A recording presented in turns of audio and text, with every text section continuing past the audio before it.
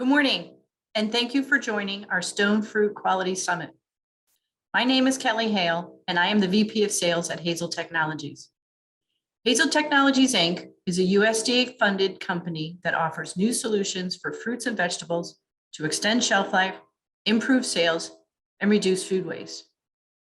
Hazel Technologies welcomes you to today's Stone Fruit Quality Summit and thanks you for your participation.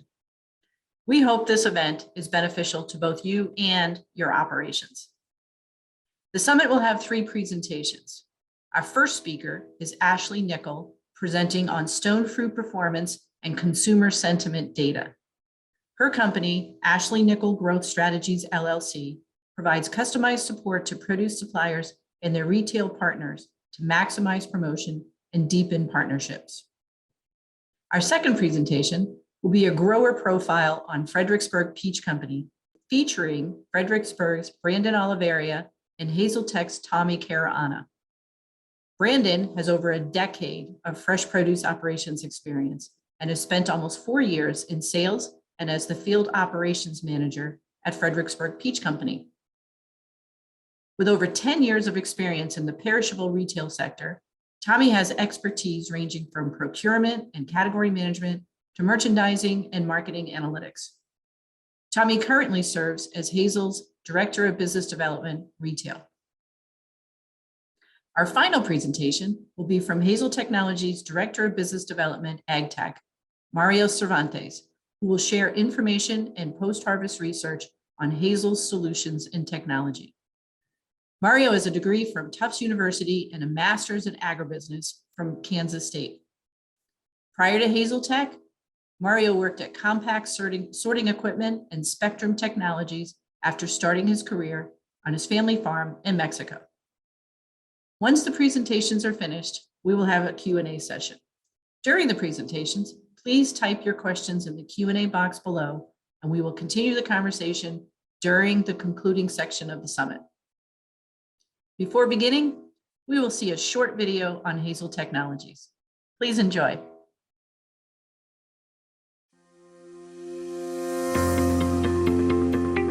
Hazel's technology ensures the best farm-to-table experience for the consumer. Hazel Technologies is perfect for us because it helps us store longer. Hazel has been around since 2015. We were founded by a group of Northwestern University students. Hazel's mission has always been to fight spoilage waste by deploying new and proprietary technologies that allow producers to have unprecedented control of the shelf life of their produce. One of the major strengths of Hazel is it can really be applied anywhere. Efficiency in farming is so important because we're always trying to keep our costs down. It only takes 3 seconds to drop that sachet in the box, but we get an extra 3 months of shelf life out of it. The Hazel sachet releases an active ingredient that's food safe. It's a biodegradable, eco-friendly, very earth-abundant material. And the product is USDA funded. What really separates Hazel Tech from other solutions is our academic validation. We've worked hand in hand with some of the industry-leading academics in agriculture and horticulture. You can ship them, they can stay in perfect condition the entire time. By the time they get to the retail shelf, that shelf life quality has already been built into them. And then as it goes to the consumer themselves actually gets a higher quality eating experience. What's nice is that they tailor the products for our needs. So for organic or conventional, whatever we're doing, we know they have specifically engineered each sachet for each product. Well, I think a lot of people that aren't using Hazel Technologies, I think they're gonna be left behind. We definitely feel like they partner with us, they want us to succeed, and they're here to support us, and we really get that feeling from them.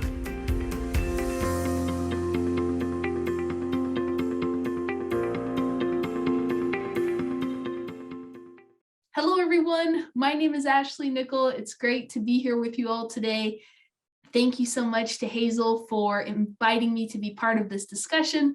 I don't know about you all, but I am always thinking about marketing and merchandising, and I'm always on the lookout for that next nugget that can help me think about how to communicate something a little bit better. We're always trying to tell the stories of our product, and it's so helpful, I think, when we can get a sense of what's already top of mind for that consumer. And I've been finding some of those nuggets recently on this new data platform that the International Fresh Produce Association recently launched. It's called Insight. And basically what you've got there is the opportunity to explore IRI data, both point of sale data and consumer sentiment data. And really the idea of this platform is for you to be able to dig in, look for a certain thing, and then really easily be able to create a chart or a graph, add text to it or a photo or a video, and then send it out to your team really quickly. So essentially being able to use data more effectively and in a more time-sensitive manner, because we all know this business moves quickly. So we won't do a full tour of the platform since we've got limited time today, but you will be getting a takeaway resource that will direct you to both a webinar that IFPA has done on this platform, and also a place where if you're interested, you can sign up for a 14-day free trial to kind of test run things. That's what I did. I found that really helpful in assessing, okay, how could I use this in my business? We will spend most of our time today talking about consumer sentiment data. Again, for me, this gets to what's already top of mind for those folks when they walk in the store. So that's where we're going to really dig in today. So jumping into the Insight platform, here's what they call the briefs page. So a brief is, again, this combination of a chart or a graphic that you can create on the platform, and then you can add to it text, photos, videos, all kinds of different things. IFPA will also put briefs kind of in this feed so you can see the different topics that they're looking into, whether it's floral, whether it's, in this case, carbon sequestration, all kinds of different topics on here. But what's really cool, and again, an opportunity for businesses, is you can make your own based on what you're interested in looking into. So we'll start here with the topic of driving trial.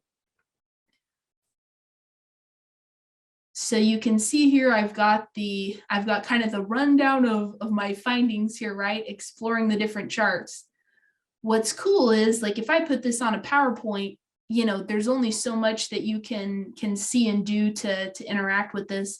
On this platform, you can go through and look in a little more depth with a little more interactivity on some of these different responses that folks had to the question of what would motivate you to try new fruits and vegetables.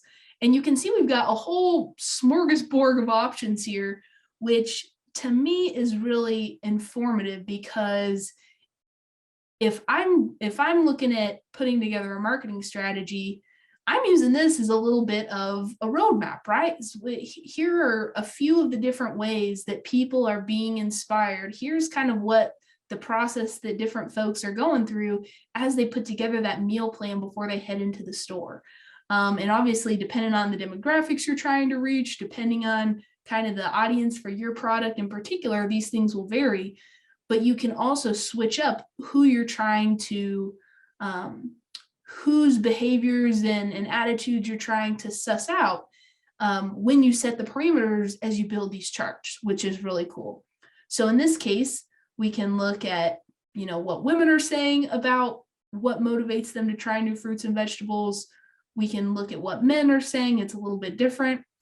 We can click into this other response, right? And see, okay, the folks who said, nah, none of those things, what are they saying? One of the elements that was really interesting to me as I explored that data, so you saw there, we broke down the responses between male and female respondents. I also thought, well, this might be interesting to look and see how the responses differ among the different age groups. And so, of course, there were some variances, but one of the ones I found most interesting was when you click into that other subcategory, you had a number of folks who responded, basically nothing could get me to try something new. I stick with, familiar fruits and vegetables. Well, as you might expect, more folks were likely to answer that way in some of the older age groups, but across the board, it's a pretty small percentage of folks who said, nah, nothing can get me to try something new. So people are really open to being inspired. And I think even just having that mindset, right, that people want to be excited to try something new. People are are listening, right? Like they're ready for it. If you present them a compelling case, most aren't just opposed to the idea of trying something new. So there's opportunity there. This next brief that we'll look at is motivators for buying more. So the question here was, what motivates you to buy more on a shopping trip? And I thought this was so cool because we hear so much about price, and certainly price is always a factor, but the number 2 responses to this question were they'd buy more if they knew it wouldn't spoil quickly, and they'd buy more if they knew something's in season. And so I think that's a great guide in terms of what should we be communicating about the product. And the really cool thing here to me is knowing that those are the top 2. Well, especially for an item like stone fruit, which is seasonal, it's often distributed, fairly close to where it's produced, depending on, the region and the time of year and all those kind of things. You can leverage those 2 talking points together, right? So not only is it in season, which people I think generally understand to mean that, it's best at this time of year, but there's a shelf life story there as well. So not only does it taste great, it's in season, it's going to last you longer because it spent less time in the supply chain than if you're getting this item in the off season from overseas or from somewhere else. And that's the kind of tidbit I think can be so powerful, because once you identify that, well, now think about how can you work that into your point of sale materials? How can you work that into the social media posts or information for in-store radio that you're giving to your retail partners? There's all kinds of cool things that you can do with that. So as you can tell, I've really enjoyed exploring that Insight platform, looking at different data sets and thinking about how that can be applicable on the projects that I'm working on. How do we use this in marketing and in merchandising? How do we communicate this and tell the story not only to the consumer, but to our partners who help us reach that end consumer, right? Whether that's on the food service side or whether that's on the retail side. I'll wrap up here with just a few kind of general observations, right, that I believe are relevant for the stone fruit category. I'm thinking about all the fabulous varieties that I have heard about and tried in recent years, and it strikes me that stone fruit is probably experiencing something similar to what I'm also seeing the melon category go through, right? Where there was this big push that everything had to be year round. And so you start getting an emphasis on what's going to make it through the supply chain versus maybe what's ideal in terms of the flavor and the eating experience. Certainly that's going to vary greatly from organization to organization, how all that played out, how things have changed over the years. But I remember hearing about this in melons, and I'm wondering if there's probably some application for stone fruit there as well. I know that right now there is a ton of focus on new flavorful varieties and creating better eating experiences, and telling that story, right, is a huge opportunity. Educating folks about what to expect from those different varieties in terms of the taste and the texture. So whether you're doing this through your own channels, whether you're working with, again, those retailer food service partners in terms of point of sale, menu messaging, whatever that looks like for the folks that are your customers, I think that's a big opportunity. Ripeness messaging. So on the retail side of it, whether you carry ripe fruit or whether you don't carry ripe fruit, we've got to keep remembering, right, that most folks are not familiar with agriculture in general, right? With ripeness, with how to ripen, how long does it take for fruit to ripen, all those kind of questions. A lot of people have them. And so again, point of sale material, educating the store teams of the retailers you work with, whatever you can do to set expectations. Now, obviously, fabulous high quality fruit is at the heart of all this, right? So assuming that is figured out and that you've got that baseline in place, telling the story is a huge opportunity. And particularly with those folks you work with who are great partners, right? Everybody, I hope, has, those retailers who, it's a long-term partnership, right? You're working together to make that category grow. I think it's hard to overstate how vital it is that we tell the story of these items, because most people really do not know. They really don't know. I was reading this great article from a professor of horticulture at Penn State, and he was discussing how when he used to work at Rutgers, he and his wife lived on the research and education center there. And so during peach season, they would spend several evenings a week going out to the trees in the breeding program and sampling the fruit. And according to him, there was a lot of variability in the quality, as you would expect. And they had friends visiting once, and he told them to go out and get some peaches and, try fruit from the different trees until you find a good one. Well, they tried the fruit from the first tree and said, "Oh my gosh, this is the best peach I've ever eaten." And he tried it and said, "Well, this is really kind of so, right? Like, keep trying for some other ones." He said they never found a tree that they thought the fruit was just okay.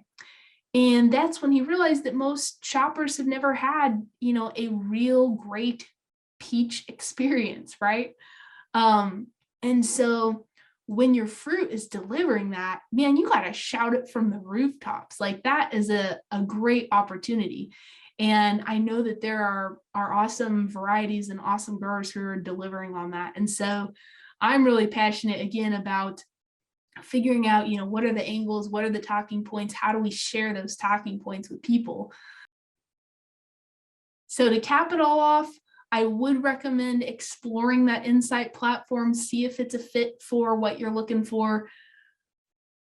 Again, a few of the nuggets that I found useful takeaways are the motivators of buying more, looking and seeing that shelf life and that seasonal component right next to each other as the top two, and thinking about how they can be leveraged together, I thought was a pretty powerful takeaway.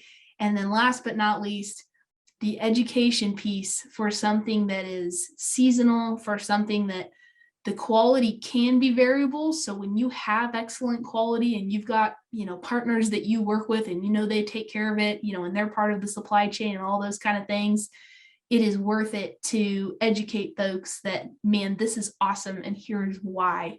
So again, just marketing and merchandising in general, believing in those disciplines and the power they have to help you grow your sales and grow the category. That would be my final word to you. Again, thank you so much to Hazel for the opportunity to contribute today, and looking forward to hearing the rest of the folks on this summit today. Good morning. It's great to have Brandon Oliveria from Fredericksburg Peach Company here today, along with Tommy Carolina, our Business Development Director for Hazel Tech's retail team.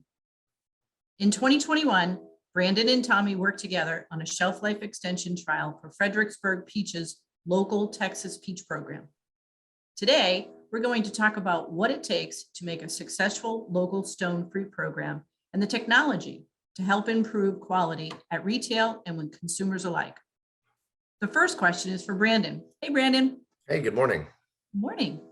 Can you share some background on Fredericksburg Peach, your role, and what customers make up your local program? Absolutely. The company's been around since 1984, started by our owner, Frank Davis. He started out in an old race car trailer delivering to farmers markets and small peddlers working around the state, and it's developed into a statewide retail phenomenon.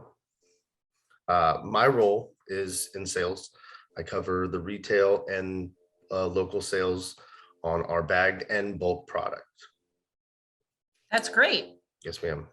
Our customers are the retailers throughout the state, both national and regional retailers, as well as our local farm to tables of the world. Super. Tommy, hey there. Morning. You have Morning. several years of experience in retail. What are some of the characteristics you have found in successfully managing local programs? Sure, Kelly. So consumers today are really looking for local produce more than ever. Consumers want to support their local economy and their local farmers whenever possible. And it's important for the buyer, the retail buyer, and the grower to have great communication, a long-term commitment. And it's just important to work together and be flexible when needed. That's great. Brandon, what does your local peach program look like from the supply chain standpoint? And how many different orchards do you harvest from to supply your customers? We have between 3 and 4 different orchards throughout the state of Texas. Fredericksburg being our main source, followed by other farms around the state, North Texas, West Texas, and Central Texas. And what is, from a supply chain standpoint, how with the different regions that you're working with for a local program, what are some of the challenges that you're being faced with from that standpoint? Right now, it's drivers, being able to have drivers on the road, just being able to get drivers in the door to run our trucks. We have our own trucking fleet, but still there's not enough drivers out there to get out and go pick up this packed product and bring it back to our facility to distribute. That seems to be a nationwide problem. This past year, you trialed new technology with Hazel Tech. What was the goal of the trial from your standpoint? Shelf life, extending shelf life. That was when I was approached by Tommy and Hazel. That was one of the things that they brought up, and what better way to get that out to the retailers and to extend the shelf life for the consumer. So when you're purchasing peaches, they're not turning around and dropping down in 5 days. They're able to get 10, 12, 15 days out of a bag of peaches. And that's amazing. That's great. Tommy, how did Hazel partner with Fredericksburg Peach Company, and what were the KPIs for the trial? Sure. So we worked with a local retailer in the state of Texas, and we deployed Hazel sachets with the goal of really bringing that customer a great local peach. And as important as the eating experience is, the retailer also wanted to grow their sales by being able to build a larger display and also reduce shrink at the shelf. So the goal was to extend the shelf life, like Brandon said, by maintaining the firmness really throughout the entire supply chain, and also to protect the internal quality. So Hazel's team set up a trial, and we evaluated peaches both at Fredericksburg and at the retail shelf throughout the trial in order to measure firmness and internal quality. That's interesting. That's great. Brandon, did you see a reduction in rejections at the receiver's warehouse? Rejections, yes. Overall, the percentage of rejections were down about 5%. So Wow. it's definitely something that technology that can be used going forward. Sure, definitely. And then in talking with your buyers, did they express their confidence in building larger displays for ad purposes, featuring the local programs more? Definitely. In Texas, if you see something with the Texas flag and it's local, people buy it. So the bigger displays, the bigger things that you can call out the state, that you're going to drive sales and revenue. That's great. Tommy, what did your team find with the quality metrics taken at the pack house and at retail? Sure. So the trial, what we did is we replicated the supply chain. So we held back both treated and controlled peaches for 3 days in cold storage to replicate the supply chain going to the retailer's warehouse, and then 3 days at ambient, which would replicate being on display, and then a day or so at the customer's home. And what we saw is that the treated peaches held their firmness throughout those 3 days of cold storage, and then still came down to that ideal eating pressure within a day or two being at ambient. The local peaches were being harvested around 10, 12, 14 PSI, so pretty soft, and it's critical to hold that pressure en route to the supermarket and to the shelf to present well for the customer. And we also took measurements at the store on the shelf and found peaches that were treated had 23% more firm than the peaches in the control stores. So we had really great results with the trial. And it sounds like it was pretty simple to deploy, just putting the sachet in the box before it was shipped to the distribution centers. That's correct. Great. Thanks for the overview of that. Brandon, Last question. Any innovative developments or new offerings you want to share for the upcoming season? Well, we're excited to expand into a new building within the next 12 months. That's the next step for our company.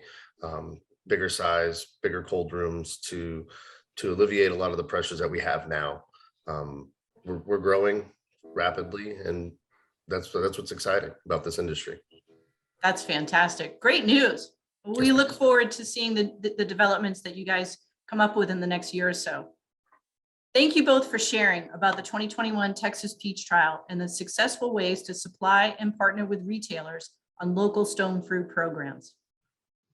Hello, thanks again for joining us today. My name is Mario Cervantes. I'm Director of Business Development for AgTech, and I'm excited to share with you our experiences in the stone fruit category. Let's begin by telling you how it started. Founded in 2015, PhD researchers from Northwestern developed a proprietary time-release technology where active ingredients could be released from solid materials. By combining this discovery with highly effective actives already in existence and known to extend shelf life on produce, they found a new way to tackle food waste.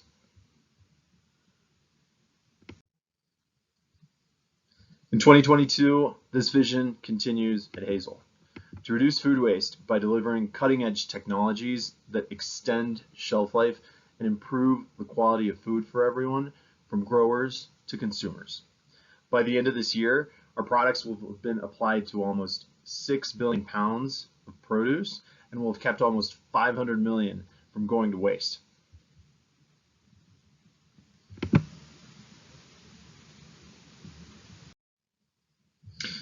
Our technology makes sense because it stems from proven anti-ethylene and antifungal actives that have been around for over 20 years. No consumer contact is needed. This complements the strong food safety precedent, as it is residue exempt. The technology is less labor intensive because it's easily incorporated into existing packing operations, while at the same time reducing the carbon footprint. We're fortunate and humbled to have received grants, multiple grants, from the USDA to continue developing technologies that bring value to agriculture across multiple commodities. The total funding to date has been $1.5 million. The very competitive grant process requires letters of support from customers as well as a technical validation by the USDA itself. And only a fraction of the companies that apply end up receiving the funding.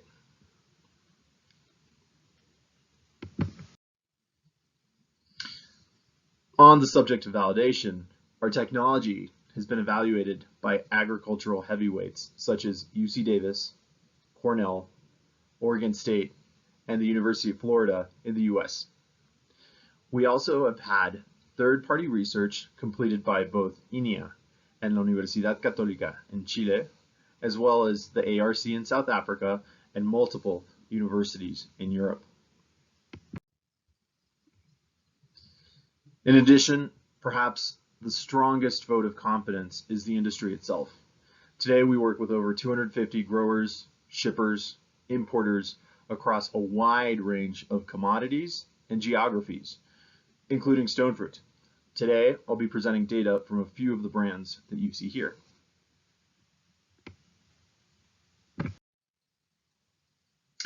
The passion and the drive at Hazel that started in 2015, it continues today, and the results have certainly garnered attention and recognition from multiple organizations around the world. Our founders include recipients of awards such as 40 Under 40, Top Innovators, and Forbes 30 Under 30. We're very excited to hear and see what comes next.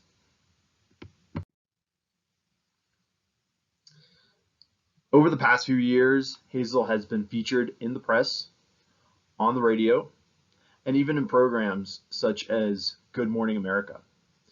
Using technology to improve growers, shippers, importers, or retailers' bottom line, while at the same time reducing food waste, not only does it make sense, as you can see there, it makes the news.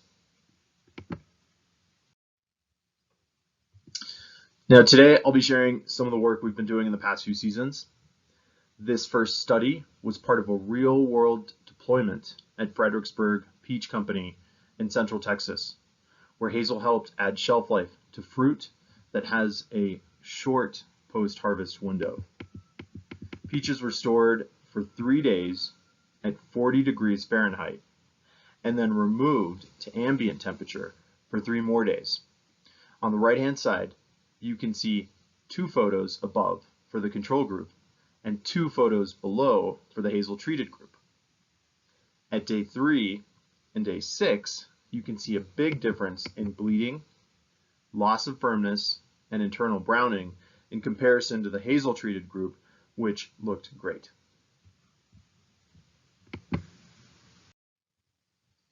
Now note on the left-hand side,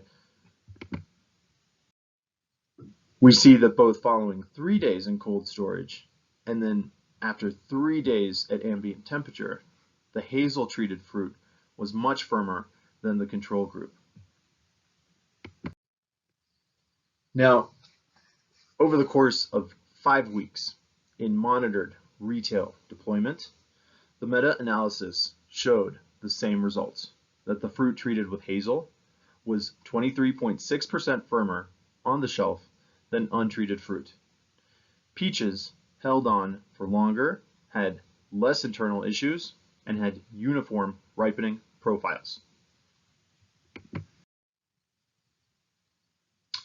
Switching gears and geographies, this study took place in 2021 with plums in storage for 5 weeks, following 2 days at ambient temperature and 4 days, and then 4 days at ambient temperature.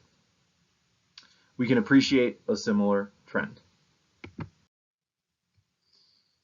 The Hazel treated fruit, in this case, was 37% firmer after 4 days in ambient temperature versus control fruit.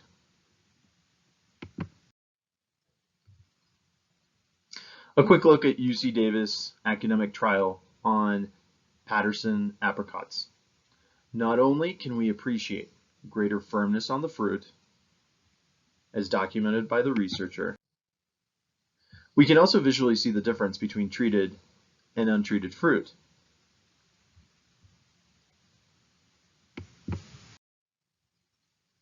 And finally, this study on nectarines took place in 2017.